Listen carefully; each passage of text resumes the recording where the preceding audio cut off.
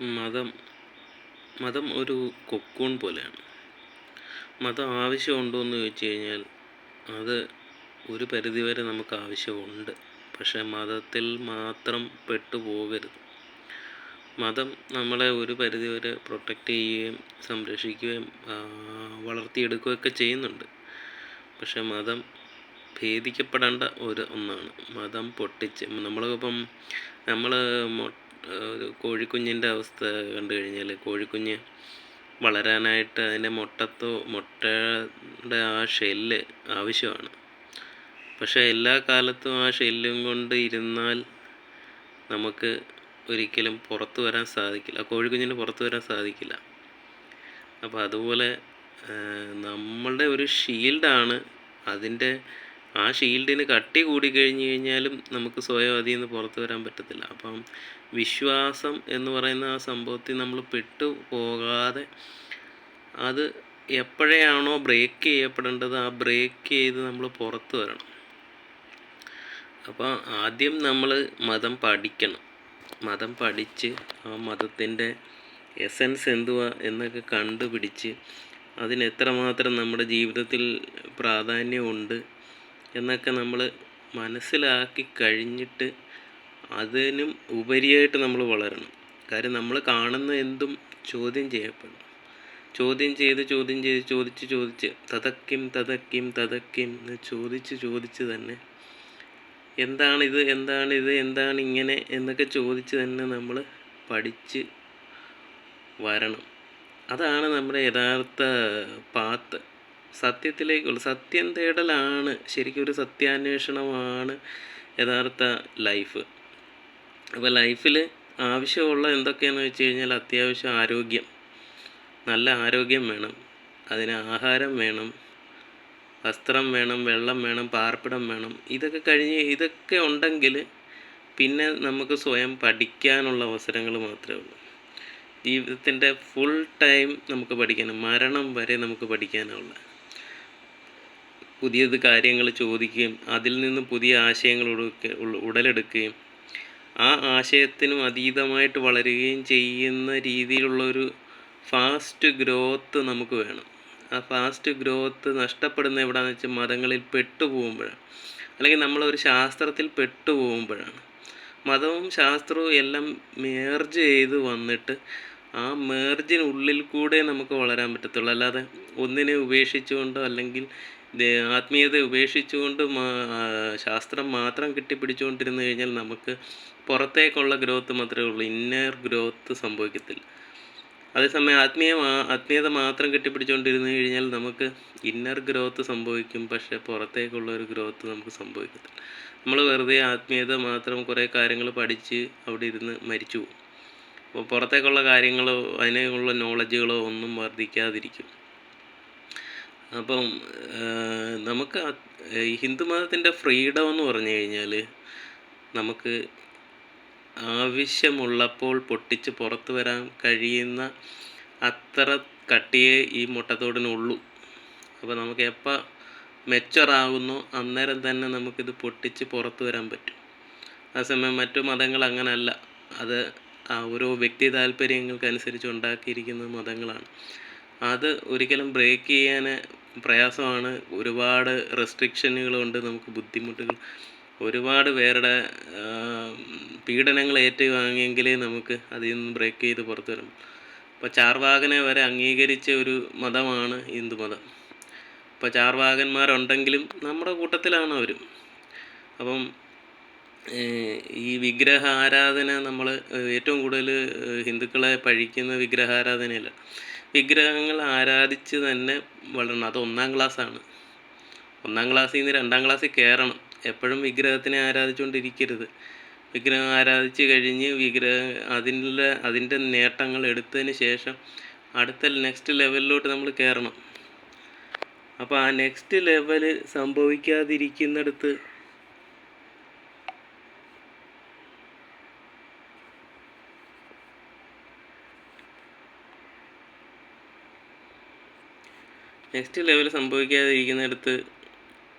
ഒരു കാര്യവുമില്ല. അപ്പോൾ നെക്സ്റ്റ് ലെവലിലോട്ട് നമ്മൾ ഗ്രോത്ത് ഉണ്ടാക്കിയേ പറ്റൂ.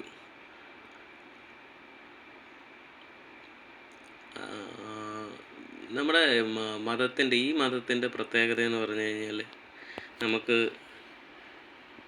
ഒരു നെക്സ്റ്റ് പടിയിലോട്ട് വളരാൻ, അതുപോലെ തന്നെ വേദങ്ങളൊക്കെ അന്നത്തെ ശാസ്ത്രങ്ങളാണ്, അത് നമ്മുടെ ബേസാണ്. ആ ബേസ് നമ്മൾ തള്ളിക്കളഞ്ഞുകൊണ്ട് നമുക്ക് പോയി കഴിഞ്ഞാൽ പറ്റത്തില്ല. ആ ബേസിനെ നമ്മൾ സ്വീകരിക്കണം. ആത്മീയത ഉള്ള മനുഷ്യരെ നമ്മൾ സ്വീകരിക്കണം. വിശ്വാസത്തിൽ പെട്ടുപോയവരെ നമ്മൾ അംഗീകരിക്കണം. ഇവരെയെല്ലാം നമ്മൾ അംഗീകരിച്ചുകൊണ്ട് പോകുമ്പോൾ മാത്രമേ നമുക്ക് ഒരു മുന്നോട്ട് പോക്കുള്ളൂ. അംഗീകരിക്കാതെ പോകുന്നതാണ് നമ്മുടെ ഏറ്റവും വലിയ ദോഷം. കാര്യം നമ്മളൊക്കെ എല്ലാവരെയും അംഗീകരിക്കണം. അതിലെ ഗുണവശങ്ങളെയും ദോഷവശങ്ങളെയും നമുക്ക് മനസ്സിലാക്കണം. എന്നിട്ട് നമുക്ക് ഗുണമുള്ളത് മാത്രം സ്വീകരിക്കുക, ദോഷവശങ്ങളിൽ നിന്ന് ഒഴിഞ്ഞു മാറിപ്പോവുക എന്നുള്ളതാണ്. അല്ലെങ്കിൽ നമുക്ക് തിരുത്താൻ പറ്റുന്ന സ്ഥലത്താണെങ്കിൽ തിരുത്താൻ പറ്റുക, അതിനുള്ള മെച്യൂരിറ്റി ഉണ്ടെങ്കിൽ തിരുത്താൻ മാത്രം മെച്യൂരിറ്റി ഉണ്ടെങ്കിൽ മാത്രം തിരുത്തുക. അല്ലെങ്കിൽ ആ പണിക്ക് പോകാതെ എനർജി വേസ്റ്റ് ചെയ്യരുത്. ആ പണിക്ക് പോയി എനർജി വേസ്റ്റ് ചെയ്യാതെ നമ്മുടെ സുരക്ഷയും നമ്മുടെ ആത്മീയതയും നമ്മുടെ ശാസ്ത്രബോധവും എല്ലാം വളർത്തിക്കൊണ്ട് വരണം. അപ്പോൾ ചോദ്യങ്ങൾ ചോദിച്ചുകൊണ്ട് തന്നെ ഇരിക്കണം. അത് മരണം വരെയും ചോദ്യങ്ങൾ ചോദിക്കണം. അതെ, പുറത്ത് ചോദിച്ചില്ലെങ്കിലും കുഴപ്പമില്ല, നമുക്ക് നമ്മുടെ ഇന്നർ സോഴ്സിനോട് ചോദിക്കാമല്ലോ. നമ്മൾ അതുവരെ ഇട്ടിട്ടുള്ള ഡേറ്റാസ് എല്ലാം നമ്മുടെ ഉള്ളിലുണ്ടല്ലോ. ആ ഡേറ്റാസുകളെല്ലാം അനലൈസ് ചെയ്ത് നമുക്കൊരു ഉത്തരം കണ്ടെത്തിക്കൂടെ? അപ്പോൾ അതാണ് ഏറ്റവും വലിയ ഒരു വഴി. അപ്പം നമ്മൾ ഒരിടത്തും പെട്ടുപോകത്തില്ല. കാര്യം മതത്തിൽ പെട്ടുപോകത്തില്ല. മതം നമ്മളിപ്പോൾ ഒരു ചിത്രശലഭത്തിൻ്റെ കൊക്കൂണാണ്. ആ കൊക്കൂൺ, ആ പ്യൂപ്പ സ്റ്റേജിൽ അത് കുറേ ഇലകളൊക്കെ തിന്നു കഴിഞ്ഞിട്ട് അതൊരു കൊക്കൂൺ സ്റ്റേജിലോട്ട്, അതായത് സമാധി അവസ്ഥയിലോട്ട് മാറും. അപ്പോൾ ആ സമാധി അവസ്ഥയിൽ ഇരുന്ന് കഴിഞ്ഞിട്ട് എല്ലാ കാലവും സമാധി അവസ്ഥയിൽ ഇരിക്കാൻ പറ്റും? അങ്ങനെ സമാധിയായി പോകുന്ന ഒരുപാട് ആൾക്കാരുണ്ട്. അത് വിട്ടിത്തരമാണ്. നമ്മൾ സമാധി അവസ്ഥയിൽ ഇരുന്ന് മരിച്ചു പോകരുത്. സമാധി അവസ്ഥയിലിരുന്ന് ആ ധ്യാനത്തിലിരുന്ന് നമ്മുടെ പുതിയ ചിറകുകൾ മുളപ്പിച്ച് നമ്മൾ പുറത്തേക്ക് വരണം. എന്നിട്ട് വീണ്ടും പറക്കണം. വീണ്ടും നമ്മൾ സൈക്കിളുകൾ കംപ്ലീറ്റ് ചെയ്തുകൊണ്ട് തന്നെ ഇരിക്കണം. പുതിയ പുതിയ സൈക്കിളുകളിലേക്ക് നമ്മൾ പ്രവേശിക്കണം. എല്ലാ ചക്രങ്ങളിലും പ്രവേശിച്ച് കഴിഞ്ഞ് നമുക്ക് ഒരു പുതിയ ഉണർച്ചകൾ ഉണ്ടായിക്കൊണ്ടിരിക്കുക. അത് മരണം സംഭവിച്ചു കഴിഞ്ഞാൽ പിന്നെ നമുക്കുണ്ടോ ഇല്ലയോ എന്നൊന്നും നമുക്ക് ഒരു ഉറപ്പുമില്ല. അതുവരെ നമ്മൾ ഇതെല്ലാം അനുഭവിക്കുക, പഠിക്കുക എന്നുള്ളത് ജ്ഞാനം സമ്പാദനം എന്ന് പറയുന്ന അത് മാത്രമേ ചെയ്യാനുള്ളൂ. സത്യത്തിലോട്ടുള്ള വഴി എന്ന് പറഞ്ഞാൽ ജ്ഞാനസമ്പാദനം. ആ ജ്ഞാനം സമ്പാദിച്ച് വരുമ്പോൾ നമുക്ക് സത്യം തെളിഞ്ഞ് വന്നുള്ളൂ. അപ്പോൾ നമ്മുടെ മോക്ഷം എന്ന് പറയുന്ന ഒരു സംഭവം നടക്കും. അല്ലെങ്കിൽ മോക്ഷം സംബന്ധിച്ച് അജ്ഞാനത്തിൽ നമുക്ക് മോക്ഷമില്ല. അജ്ഞാനത്തിൽ പെട്ട് മരിച്ചു പോകത്തേ ഉള്ളൂ, വെറുതെ കാര്യമൊന്നുമില്ല. ആ സമയം ഒരു ജ്ഞാനത്തിലേക്ക് നമ്മൾ തുടർന്ന് വരുമ്പോൾ നമ്മൾ മരിച്ചു പോകും. പക്ഷേ ജ്ഞാനത്തിൻ്റെ അവസ്ഥയിൽ എത്തിയിട്ട് മരിച്ചു പോകുമ്പോഴേ ജീവിതത്തിൻ്റെ സമ്പൂർണ്ണത നമുക്കുണ്ടാകത്തുള്ളൂ. വെറുതെ നമ്മൾ ജീവിതത്തെ ഇങ്ങനെ നിശ്ചലമായിട്ട് വെറുതെ നമ്മൾ കുറച്ച് പണസമ്പാദനത്തിന് വേണ്ടിയിട്ടും കുറച്ച് ആഡംബര വസ്തുക്കൾ വാങ്ങി മറ്റുള്ളവരുടെ മുന്നിൽ വേഷം കെട്ടി, പിന്നെ കുറേ മതത്തിന് വേണ്ടിയിട്ട് കുറേ തമ്മിലടിച്ചും രാഷ്ട്രീയത്തിൻ്റെ പേരിൽ കുറേ തമ്മിലടിച്ച് ഇപ്പം മതവും രാഷ്ട്രീയവും ഒന്നായിട്ട് മാറിയ അവസ്ഥയാണ്. അതുകൊണ്ട് പിന്നെ മതവും രാഷ്ട്രീയവും സെപ്പറേറ്റ് പറയേണ്ട കാര്യമില്ല. കാരണം ഇതിൻ്റെയൊക്കെ പേരും പറഞ്ഞ് കുറേ ആശയങ്ങളുടെ പേരും പറഞ്ഞ് പണ്ട് രാഷ്ട്രീയത്തിന് ആശയം ഉണ്ടായിരുന്നു. ഇപ്പോൾ രാഷ്ട്രീയവും മതവും സിംഗിളായിട്ട് വന്നിട്ടുണ്ട്. അപ്പോൾ പിന്നെ പ്രത്യേകിച്ച് ആശയമൊന്നുമില്ല. മതത്തിൻ്റെ ആശയം തന്നെ രാഷ്ട്രീയത്തിൻ്റെ ആശയം. അങ്ങനെ വളർച്ചയില്ലാത്ത പണ്ട് പുരാതനങ്ങളിലുണ്ടായിട്ടുള്ള മതങ്ങളിൽ പെട്ടുപോകുന്ന അവസ്ഥയാണ് ഉള്ളത്. അപ്പോൾ നമ്മൾ അതിൽ നിന്ന് പുറത്ത് വരണം. അതും പഠിക്കണം, എല്ലാം പഠിക്കണം. മതം പഠിക്കണം, രാഷ്ട്രീയം പഠിക്കണം, നമ്മുടെ ചുറ്റുപാടുകളെ പഠിക്കണം, നമ്മുടെ ശരീരം പഠിക്കണം. ആദ്യം നമുക്ക് വേണ്ടത് നമ്മുടെ ശരീരത്തെ പഠിക്കുക. നമ്മുടെ ശരീരത്തെ പഠിച്ചെങ്കിൽ നമുക്ക് ആരോഗ്യം ഉണ്ടാകത്തുള്ളൂ.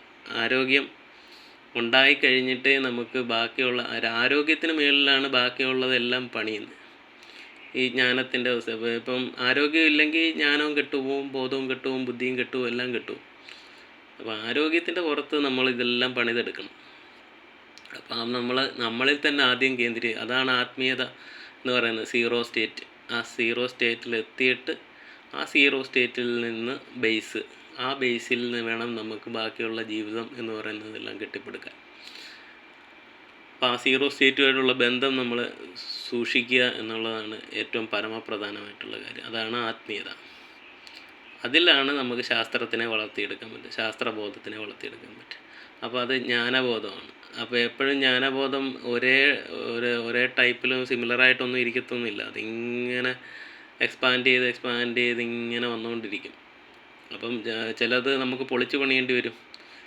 ചില പണികളൊക്കെ മോശമായി പോകും. നമ്മുടെ ചില ബോധങ്ങൾ, ചില കണ്ടെത്തലുകൾ, ചില ബോധങ്ങൾ, ചില ആശയങ്ങളൊക്കെ നമുക്ക് പൊളിച്ചെഴുതേണ്ടി വരും. അപ്പം നമുക്ക് ഒരാശയവും നമ്മൾ ഉറപ്പിച്ചൊരിടത്തും പറയരുത്. കാര്യം ഇതെപ്പോൾ വേണമെങ്കിലും ചേഞ്ച് ചെയ്യാം. നമ്മുടെ സാഹചര്യങ്ങളനുസരിച്ച് ചേഞ്ച് ചെയ്യാവുന്ന മാറ്റങ്ങൾക്ക് വിധേയമായിട്ടുള്ളതാണ് ശാസ്ത്രബോധം. അതേസമയം ആത്മബോധം എന്ന് പറയുന്നത് മാറ്റമില്ലാത്തതാണ്, അത് പെർമനൻ്റാണ്, അത് ഇന്നർ സോഴ്സുമായിട്ടുള്ള ബന്ധമാണ്, അത് സീറോ സ്റ്റേറ്റാണ്, അതെപ്പോഴും നമ്മുടെ ഉള്ളിൽ ഉള്ളതാണ്. അതുമായിട്ടുള്ള ബന്ധം നിലനിർത്തുക എന്നുള്ളത് മാത്രമേ നമുക്ക് ചെയ്യാം. അതാണ് യഥാർത്ഥ ആത്മീയത.